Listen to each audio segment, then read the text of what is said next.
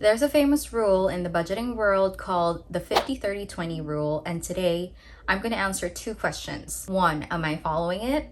And two, should you follow it? But before we answer those questions, let's first get into explaining what the 50-30-20 rule is. And I actually have a little PowerPoint for you guys. So let's get started. Basically, the 50-30-20 rule is a type of tool that helps us to allocate our income into three different categories. So this rule tells us that 50% should be allocated into your needs, such as your rent, your utilities, your groceries, and your debt payments. 30% would go into your wants.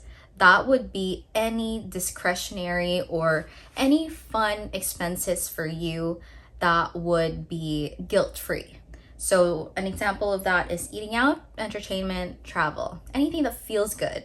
And lastly, you need to allocate 20% in your savings. That includes emergency fund, your investments, and whatnot. One good thing I can say about the 50-30-20 rule is it definitely helps us to allocate our, well, it's its main purpose, but it's also a benefit as well, especially for people who are just starting to earn their own money, just like me. I think that the 50-30-20 rule is very beneficial. Not only does it split our expenses into three main buckets, it also helps us to ensure that we don't overspend or underspend in all those three buckets. So it serves as a little framework into proper income allocation. Okay, so now here's part one of me answering the question, am I using the 50-30-20 rule? To be honest with you, I'm not. Mainly because I felt like my income just wasn't enough to fit my expenses, especially during the last few months of me being a student. I thought that I simply couldn't follow it because in March 2025, that was the last full month of me being a student. So my income, let's put it in percentages. My income was 100%. 100%. I can't even make a pie chart for this anymore. Now, let's start with my expenses. Let's start with the needs, which was supposed to be just 50% of my income. Unfortunately, spoiler alert, you can see it's already more than 100. It's actually 147% of my income. So, you know, just by simply looking into my needs category, that I'm already in the red. I'm already in the negative. And to be more specific, my rent actually already covered around 69.05% of my needs category. So I know that's honestly, I don't know why I still have quote unquote wants, even if I know that my income was incredibly low. But honestly, I feel like I would have lost my mind if I didn't have fun every now and then. So I think that 39%, specifically 38.54% of wants is not really a bad thing. And yeah, I just wished I didn't go over the 30% that is suggested on the ratio, on the rule, because yeah, now that I'm looking at the numbers, now that I'm looking at the ratios, I wished that I tried my best to still follow the 50-30-20 ratio, even when I knew that I can't or I couldn't. So I guess this is a perfect moment to tell you that even if you feel like you're not on the right track or it's impossible for you to budget your own money, it doesn't hurt to try. Because when I was in that position, I really took the time to stray away from that 50-30-20 ratio. If you look at my budget tracker, I think I featured that in my last video, you wouldn't even see the 50-30-20 split because I was completely trying to stay away from it. I didn't want to see it. But now that I'm thinking about it, I wish I did. Yeah.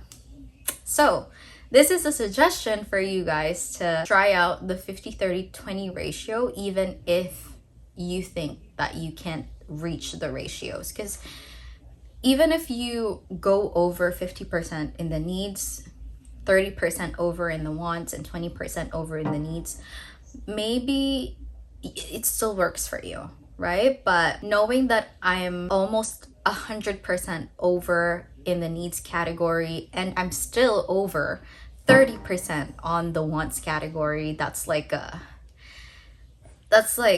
stab at my heart. All right, now let's move on to savings. We can see here a green circle in the savings, but honestly, I didn't save anything. Again, I was in the red, especially during my last few months of being a student. So yeah, I guess that's about it. So you see, that was in March 2025. I finished school on April 2025 and immediately got a job right then and there. Unfortunately, it was a part-time role and I couldn't transition into a full-time role. So I looked for another job. Now I'm finally able to say that I'm confident to use the 50-30-20 rule now. I actually haven't looked into the numbers before making the outline of this video. And to be honest with you, when I was finding out what my ratio is, I was just filled with joy. Because imagine, I felt my income growing, but my expenses didn't grow proportionally with it. So when I was drawing up the numbers, when I was crunching them all up, it really felt good. So let's look into, finally, the pie chart. I don't want to look in this bar chart anymore because it gives me the ick. So just a little bit of a background. I got my full-time job June 2025. So I'm looking into my income and my expenses for June 2025. And anyway, I'm filming this in the middle of July, so I don't want to share any numbers that hasn't happened yet, that hasn't been like expensed yet, you know what I mean? So let's look into June 2025. I'm so happy. I'm really so happy. Okay, so from covering 69.05% of my monthly salary, my rent now only covers 19.29%. That makes me feel so good. It decreased by 49.77%. Can you even believe that? Because I cannot. I cannot. As you can see in this pie chart, my needs only covers 25.6%. My overall needs category went from 147.37% to 25.63%. That feels so good, I can't even explain it. Oh my goodness. I have to take my glasses off for that. That needs a moment. 147 to 25%. That's impossible. Now let's move on to my wants. From 38.54% to 18.85%. Have I told you that I am so happy? I'm so happy. Okay, I just want to expose myself here a little bit and tell you that percentages, they don't tell you the real numbers. I want to say my wants expenses, my wants category by dollar amount really increased. But again, as I've told you earlier, my expenses did not increase proportionally with my income. So even though it went from 39% to 19%, I'm telling you right now, my expenses, especially the ones, it increased. But I don't care. I'm looking at the percentages right now. I feel like I also tried to reward myself after getting that full-time role. I deserve it, right? After a couple of months of being in the red, being on the negative. But yeah, this is also a lesson for everyone to reward yourself every now and then because of the hard work that we do. Don't reward yourself too much, okay? There's also a thing as over rewarding yourself, but every now and then is really good. It feels good and it keeps you motivated, I would say. Okay, lastly, let's talk about my savings because it's finally here. It's finally alive. It's not 0%, it's 14.3%. Although it's way under the 20% that the ratio is suggesting, I'm still so happy because apart from saving 14.3%, I didn't spend 41.2% of my income, which automatically went to my emergency fund. I was like, wait, I'm not going to do anything with this money. I'm not going to spend it. And it went to my emergency fund, 41%. 41% of my income. I am just so happy. Like, I can't. I'm loving these ratios right now. Okay, I just want to take a second and not focus on my expense ratios and explain a little bit why these ratios became from looking like this, that's almost 200% of my income, to me spending just 59% of my income. That is because my income increased drastically. And to give you the number, my income increased by 258.04%. That is huge. That is so huge. That's what she said. God was so good to me that he increased my income by this much that I was able to only spend half of my income and put everything else in my emergency fund, in my savings. I honestly just feel so blessed. So now that I've looked into my numbers, I can't believe I'm saying this, but I have to allocate the unspent money someplace. That's the reality of it. As much as I would want to top up my emergency fund, I would also want to give myself the life that I deserve. And to be honest with you, I feel like I don't deserve to live in a house with 7 other people living in it anymore. Yep, I said it. I'm so fed up with it. And to think that I have to share a kitchen with them, you know, sometimes I can't even eat at the right time. I would be so hungry just because I'm waiting for my other roommates to finish with their lunch first. I honestly don't deserve that. I am now trying to move into a more private place, so please pray that I get a place that I love. Basically, I'm gonna be doing big girl moves now because I deserve it. So since there's still plans, I'm just gonna budget for it because why not, right? It's better that I'm prepared for how much I am going to spend in the future than to blindly just look into places. Like, imagine your rent being like $2,500 a month. Like, you love the place, you're so in love with the place, and you know that it's the best place for you, but again, you end up paying too much. Well, if your income is like $3,000 a month and your rent is $2,500, that would be too much. So I'm gonna budget for it. Let's see how much of my new income I can allocate to giving me the life that I deserve. I'm looking to move into a new place on August 2025. So that is literally like 2 weeks. Just 2 weeks. But I'm really excited. Honestly, I can't be any happier to move into a more private place where I can just be myself and not worry about other people traumatizing the hell out of me. Anyway, let's not talk about that. I digress.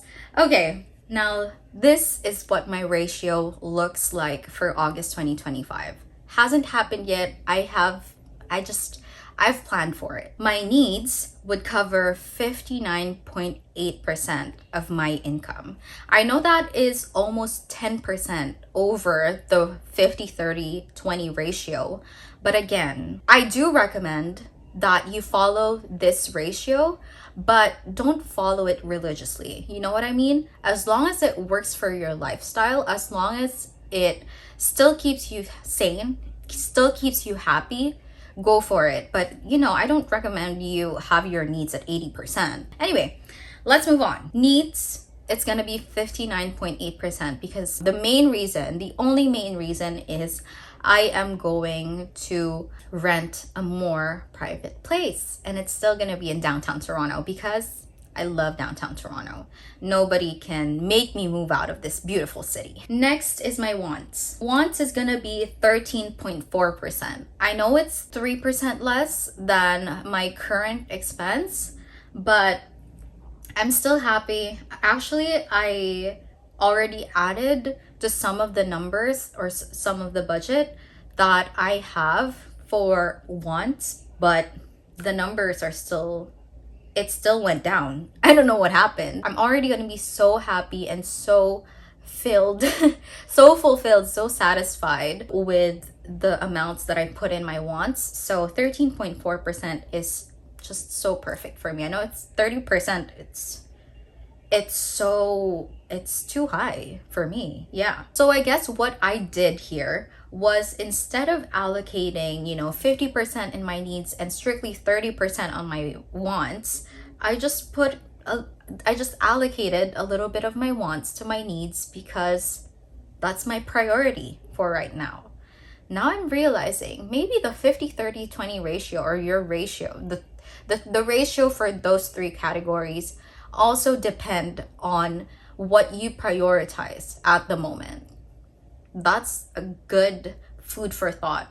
And I think this is the perfect time to mention to you what my boyfriend said about this rule, this 50-30-20 rule, and what he connected it with, and it's really genius. So basically what he said is, I think you can compare the 50-30-20 ratio to Maslow's hierarchy of needs, because imagine you having an entry-level salary. So that's me, that's him right now.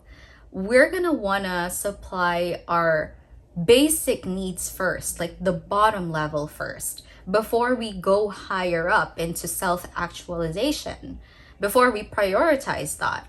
So hopefully, once we climb the ranks, once we increase our income even more, the less and less we focus on the most bottom, on the most basic needs, and we look for filling up the things at the top of the pyramid. That's a very beautiful thought. Okay, where were we?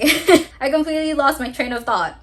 I think we were talking about savings. Yeah, so savings, it remains at 14.29%. That means I'm not gonna be adding onto my usual savings and investments just yet, but I do have 12.6% of unspent money, and that'll automatically go to my emergency fund. I mentioned to you earlier how I was constantly just in the red, just in the negative during my last months of being a student, and I really want to bring my money back up first and make sure that this unspent money goes to my emergency fund along with the savings that is already allocated in my emergency fund, because I want to feel safe. I want to feel prepared for rainy days. Okay, I guess that's it for this video. I hope my ratios made sense. So to answer the question,